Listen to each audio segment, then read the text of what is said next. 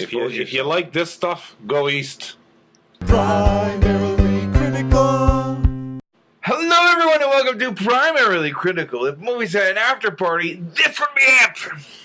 Whoop, whoop. Hey, if you have not seen this film, we suggest that you do so before viewing any further. Because we've got spoilers and trivia and opinions like crazy, and we can't wait to share them with you. Good, bad, new, old, weird, or gross. We pass judgment on them all. Today, when in doubt, bring nunchucks and ninja stars. I'm Steve. I'm here with... I'm Phil. This is John. And I'm John, yes? Yeah, he's John. I'm sorry. I'm John. Totally, I crapped all over your lines. It's all good, man. You know, there's enough Johns in the world. He could take it. There's enough That's Johns. right. If you didn't even say my name, he's probably John. There's enough Johns out there that they can invade Canada and occupy Canada. We're covering I Don't Feel at Home in This World Anymore. Yes. And it's... Directed by Macon Blair. Yes. Who some might know from movies he acted in for a director called Jeremy Saulnier. That's right. Yes. Saulnier. That we're big fans of. We've covered a lot of his movies. We did yes. Blue Ruin, we did Green Room. Blue Ruin.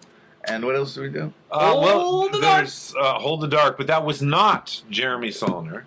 It was. He directed it, but he didn't write it. No, let me check. I Oh think that was gosh. Macon Blair's Okay. baby. Was it? I think You Macon. think so? Yeah. No. was in it. Go if you got to check. Because we're fans. I really dug Green Room, and I dug Macon Blair in Blue Ruin. Oh, you're right. It Blue was Ruin? directed by Hold the Dark. Was directed by Jeremy Saulnier. Yeah, but they're always Macon. But here's the difference: is Macon Blair wrote. He did Hold the Dark. Give him the credit where credit's due. Yeah, but he wrote it from a book. He adapted. Screenplay, yeah. Hey, we It's a sorted it all screenplay, out. But hey, props. It's a messy business. Hollywood's a messy business. It's a messy business, yeah. I think we dig these guys, Macon and Jeremy. Yeah, we do. dig what they're going about. We didn't so much like Hold the Dark, but I dug Green Room. You dug Blue I Ruin. love Blue Ruin. Yeah. And so we're on board, man. And I thought this movie was pretty damn engaging and interesting. Yes. It was. I think those are two great words to describe this movie. It was And engaging and kind interesting, but it felt in that vibe of those movies a little bit, right? Green Room, Yeah. and Blue Ruin, and yeah, not so much Hold the Dark. Was really dark. it didn't shy away from the ultra violence. A little bit of violence, but just weird characters. But this one, it took a while. Well, I guess some of the other ones took a while. No, Green Room, we had an ultra violence, like really grisly stuff very early on. Yeah, man, that was some stuff. But yeah, this one it took a while to get into the really grisly stuff. Yeah, it it played for the first part of the movie, kind of like a comedy. A little weird, wacky kind of thing. Coen Brothers kind of vibe. Yeah, it did have that kind of vibe. But then it got really dark and violent by the end of it. Steve? Yeah, but not overwhelmingly so. I didn't even No. realize that Jeremy and Macon were kind of. Jeremy was not involved in this Jeremy's one. not involved in this. Not involved. But I As didn't far as know we that know- there was a tie-in. I didn't Yeah. know there was a tie-in. The movie starts off very, very, very dark. This woman is experiencing every kind of crap in her life, She had a real crappy life. including this dude that randomly ruins her book. Yeah. It was so funny. I wanted to kill myself. That was Macon Blair that played that. No way. That was Macon Blair. That came in the bar and plays the asshole. That was the book spoiler. That was Macon Blair. Yeah. Oh. And then she goes to work, and one of her patients dies, and her last words are, now get this. Oh, you wrote them down? I did. I was going to write them down. Get your big fat monkey dick out of my good pussy. And then she dies. And then she dies. Yeah. And then her family comes in and asks if she had any last words. Yeah. How do you? Wow, what a predicament! So she's having like the shittiest experience you can have in her life, or it's a low point, and she loses her faith in humanity. I think. Well, she clearly has some kind of type of mental health issues because she's taking. There's certain drugs that were when she had to report to the police. Yeah, that medication was stolen. These were drugs that are used typically to treat depression. Oh, and, okay. Right. Yeah, there's details, but it's like the world's like, it's like shitting on her. Yeah.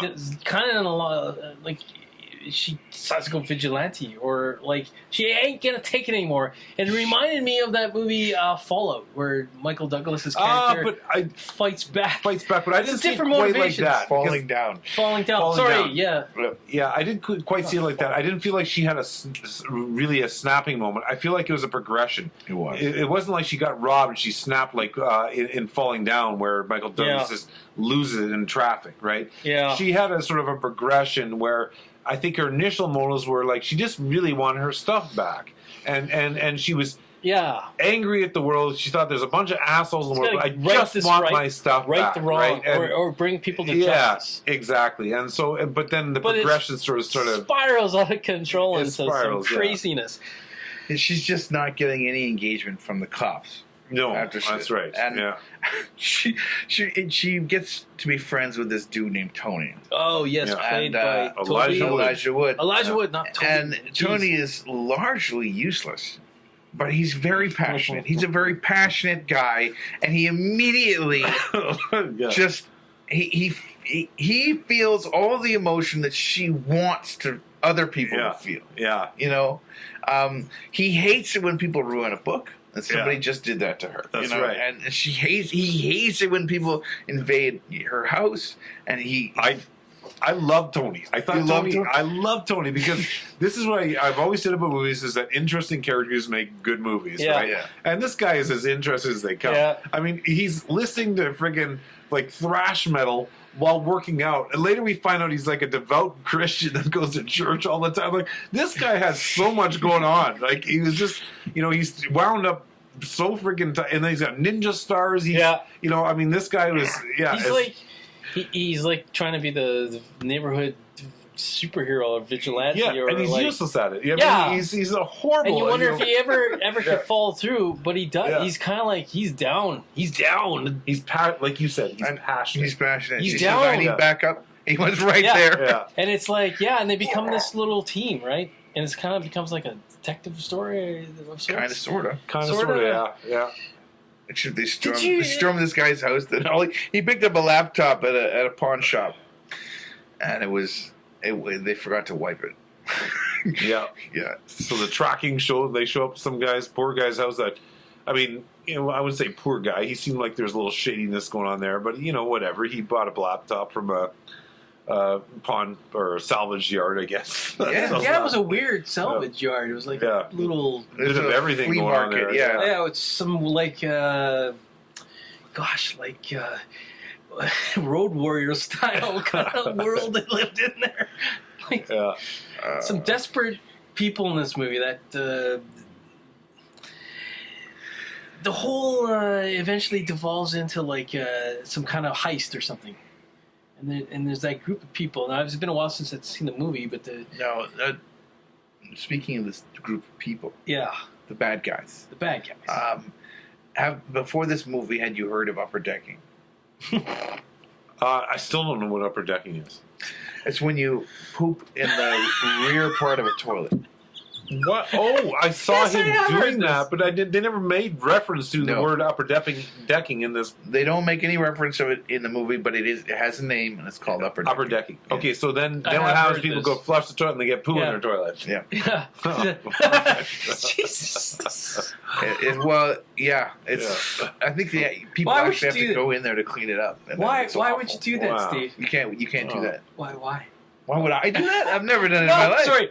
Why would anybody do that? Because he's a dick. He's a dick. He's trying to get back to asshole. He's that kind of asshole. Yeah. Yeah. So he found when we saw him upper decking. Yeah. He found his way into some party that he didn't belong, obviously, but he somehow tried to pretend he belonged.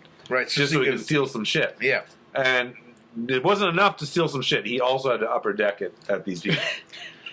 Awful. Wow. Upper decking. This is great. This is. I'm just so. Have you learned something? I learned something. He's learning all about things like Merkins and upper decking. Upper decking. I mean, wow, Steve. It's an education. Don't get a star on the Merkin. Don't, Steve. Yeah, we don't want. I am a wealth of information.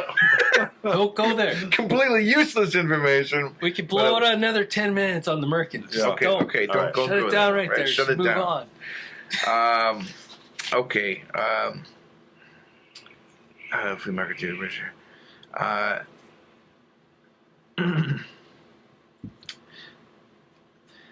The snake.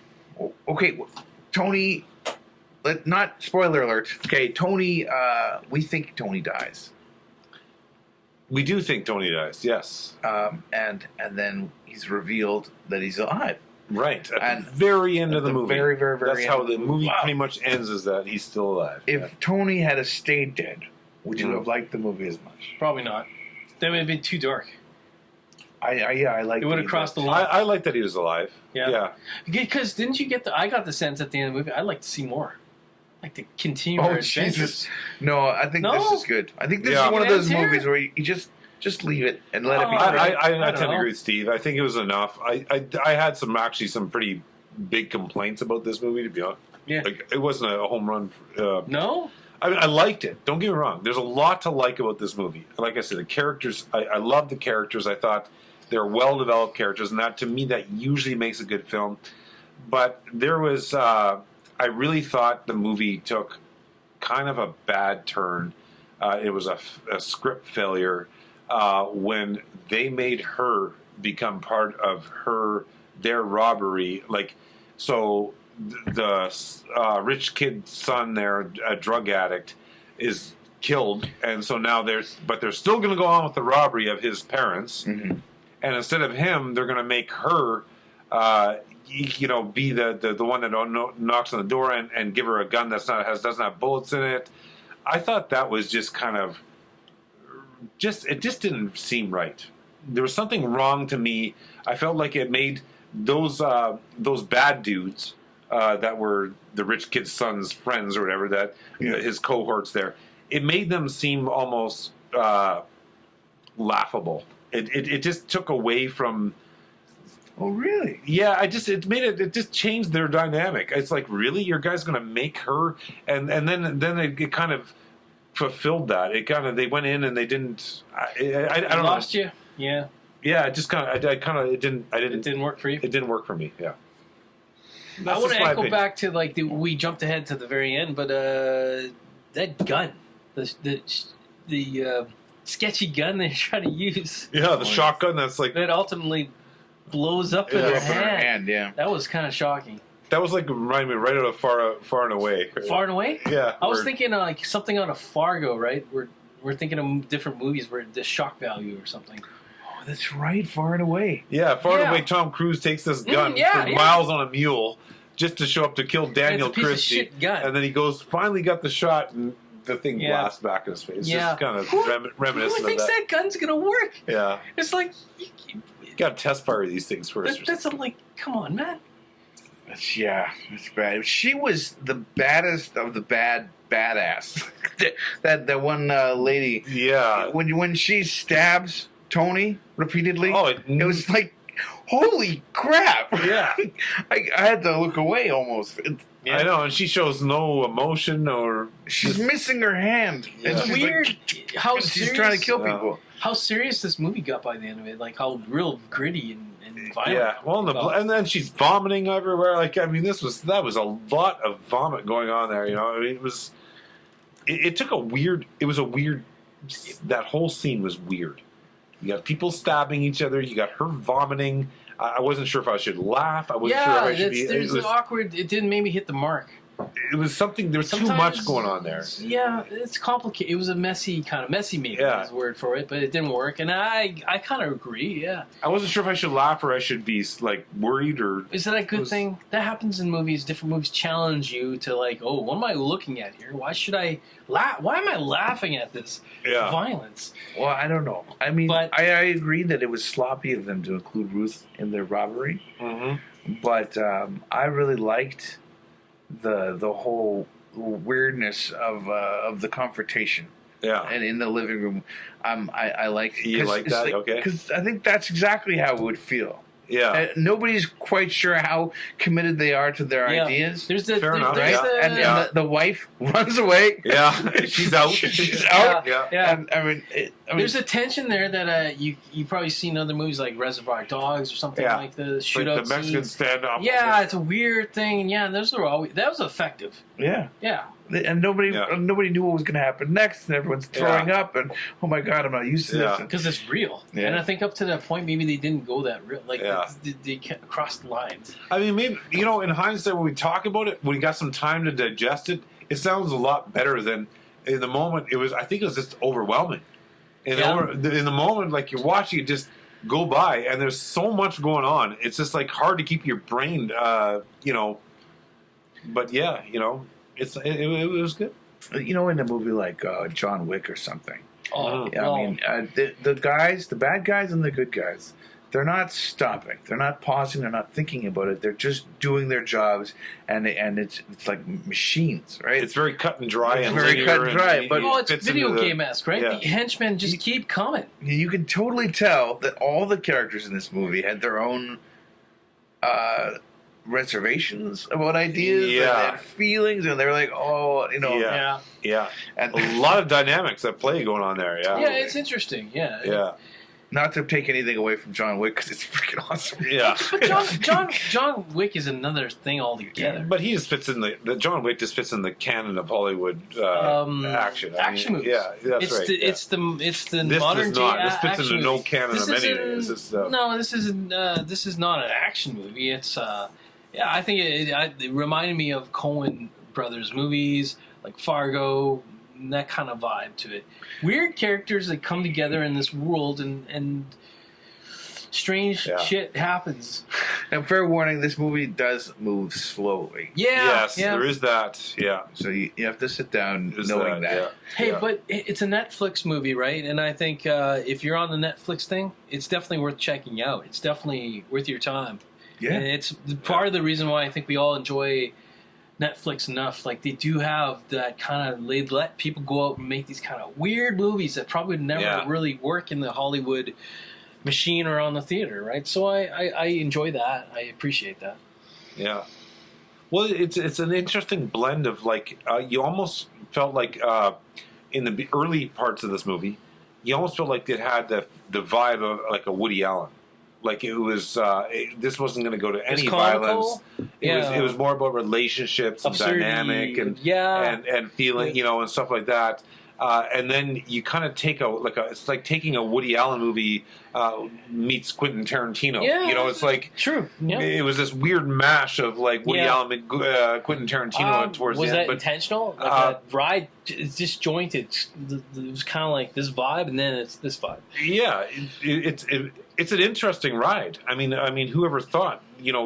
You take a person who goes to watch a Woody Allen movie and they're halfway through and jump into Quentin Tarantino. It's a pretty big shock, right? It's a big That's happened before. change. But Dusk Till Dawn wasn't that when Tarantino shared the directed movies with dude that shot freaking. Oh my gosh! It will come to me eventually. But anyways, no worries. Antonio Banderas movies, Desperado. Okay.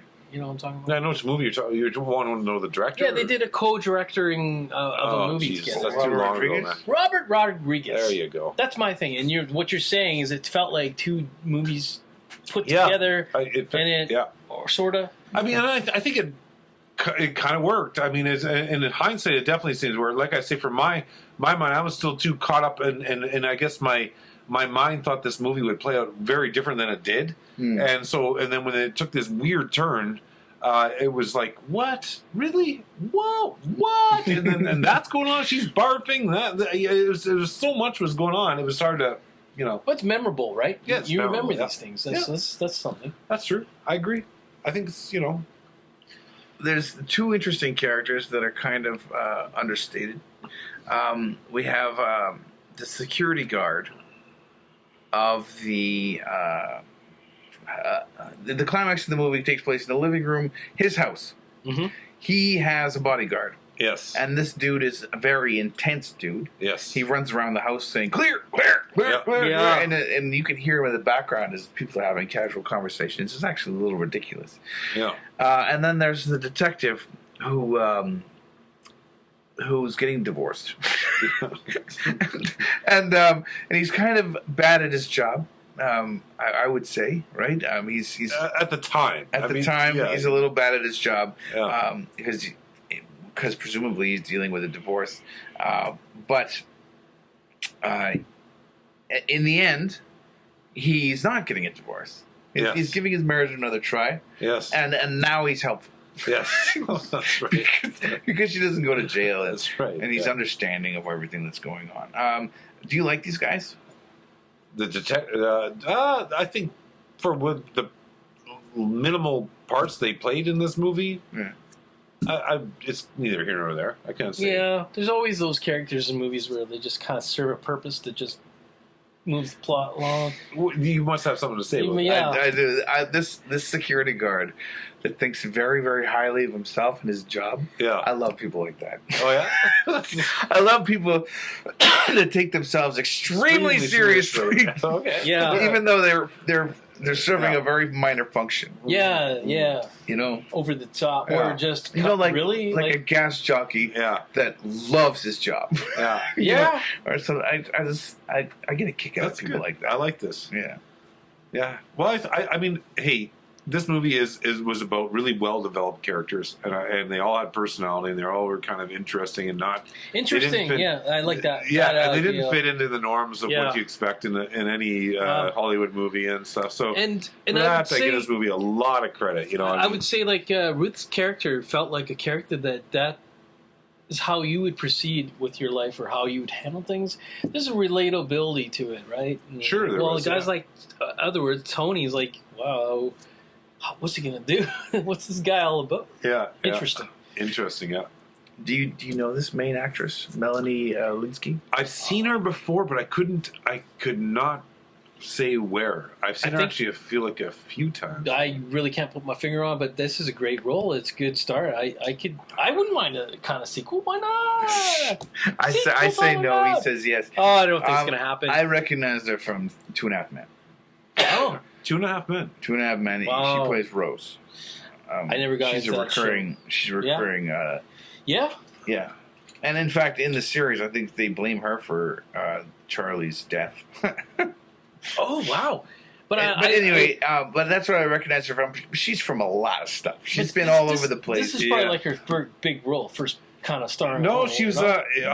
This is where I recognize her from Heavenly Creatures. Hell, wow! Oh yeah, yeah. She was one of the evil children. Remember that the two of them got together and they were like crazy back. Man, I haven't seen the movie. Okay. Heavenly Creatures with Kate Winslet, our old actress friend. Yes, yep. Oh, Kate, she was the you're one coming that, up in a lot of stuff now. And man, I feel like I've seen her in other ones, but wow, she's a busy lady. That's a busy lady, and rightfully so. She's dive. Awesome.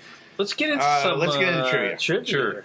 Macon Blair used the experience of having his apartment broken into and laptop stolen, plus a lack of police follow-up, as some of the inspiration for his story. Yeah, man, that's crappy because, laptops, your hard drives. Oh, yeah.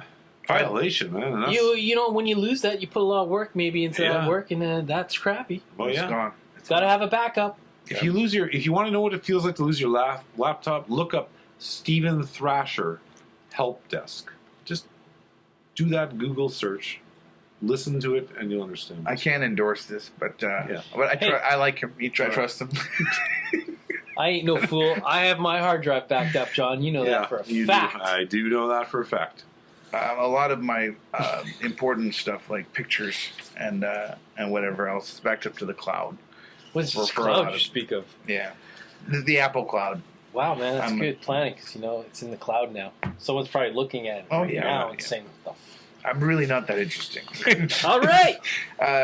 Moving along. Tony wants Kevin to stop barking by yelling, "Edging." Edging? That means quiet in Mandarin Chinese.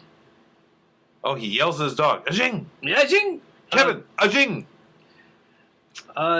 So that means dog in Bahasa, Indonesia. So in this Indonesia. Anjing means quiet in Mandarin and dog in Interesting. Bahasa.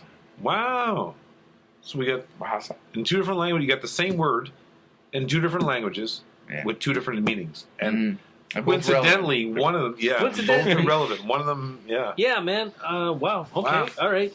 I can't. I guess because Tony is another person who thinks very highly of himself, and because he's got nunchucks and stars, ninja stars. Yeah. So he uses Chinese or Mandarin characters for his dog. Yeah. I guess so.